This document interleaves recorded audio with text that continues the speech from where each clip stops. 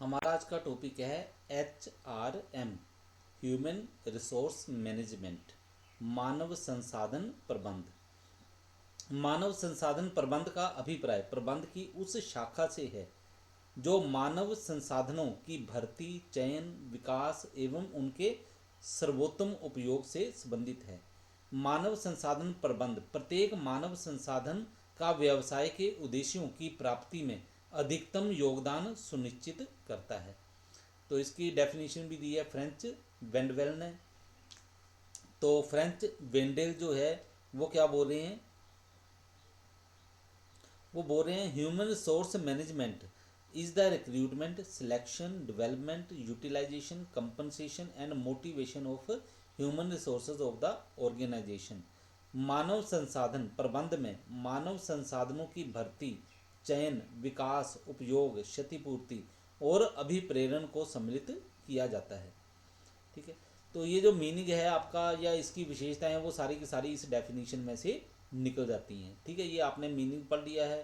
ठीक है, डेफिनेशन देख ली है। डेफिनेशन जो है फ्रेंच वेंडेल ने दी है। ठीक है, तो इस डेफिनेशन में से आप सारी की सारी विशेषताएं जो है HRM की वो भी निकाल सकते हैं। ठीक है, तो क्या कहा गया, human resource management is the recruitment. Recruitment भर्ती, अब ये जो टर्म्स है आपको इनके मीनिंग जो है थोड़े थोड़े जरूर पता होने चाहिए।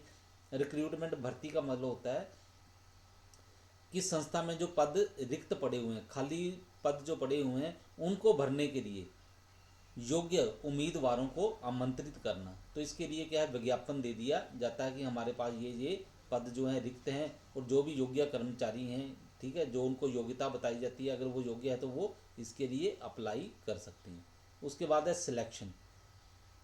तो भर्ती की में क्या होता है कि जितनी भी एप्लीकेशन आ जाती हैं उसमें से देखा जाता है कि योग्य कौन से हैं, जो योग्य नहीं होते हैं उनको रिजेक्ट कर लिए जाते हैं फॉर्म उनके, और जो योग्य होते हैं उसमें से क्या किया जाता है, ये देखा जाता है कि सबसे अच्छे कौन से हैं, जो सबसे उत्तम है, सर्वोत्तम है, उनको सिलेक्ट किया जाता है।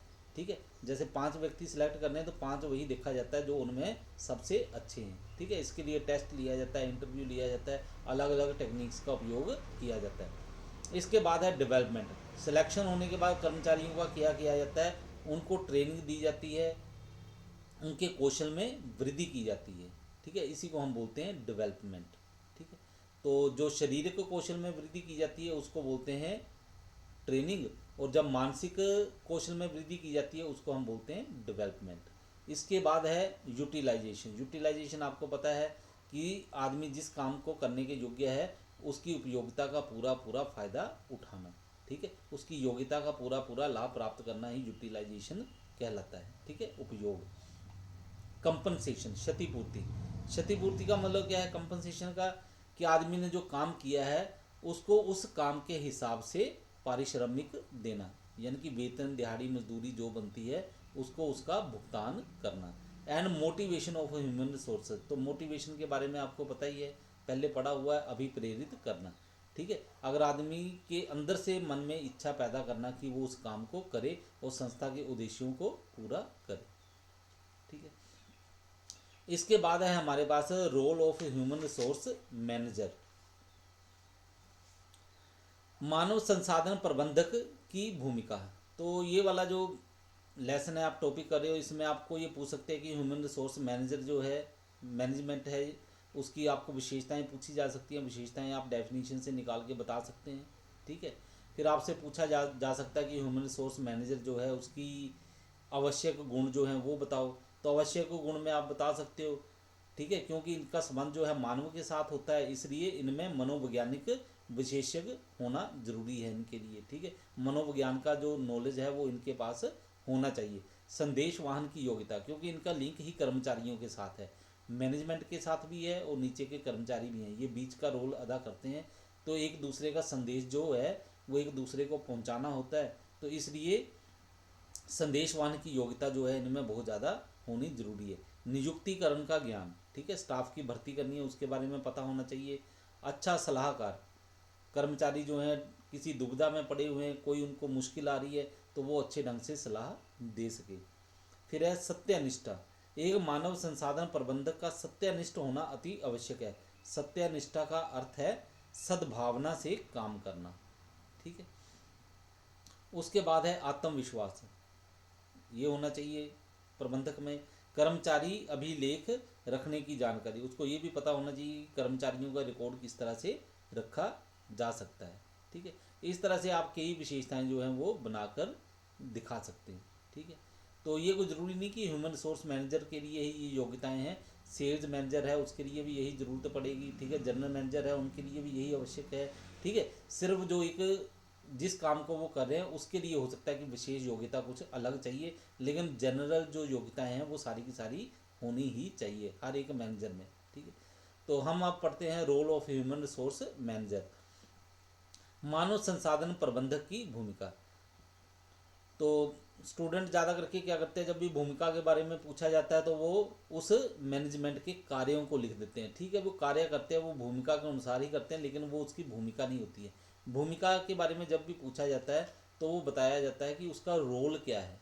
ठीक है, रोल किस चीज़ का वो रोल जो है वो निभा रहा है। ठीक है, तो इसमें पहला रोल है इसका एज ए लाइन एग्जीक्यूटिव, रेखा अधिकारी के रूप में। मानव संसाधन प्रबंधक मानव संसाधन विभाग का अध्यक्ष होता है।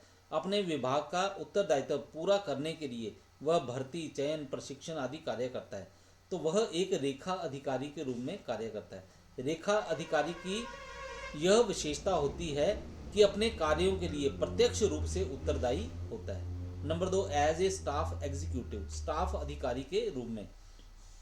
जब मानव संसाधन प्रबंधक अन्य विभागीय अध्यक्षकों को उनकी मानव संसाधनों से संबंधित समस्याओं को दूर करने के लिए उन्हें परामर्श देता है तो वह एक स्टाफ अधिकारी के रूप में कार्य करता है। स्टाफ अधिकारी की ये विशेषता होती है कि अपने द्वारा दिए गए परामर्श के परिणामों के लिए उत्तरदायी नहीं होता।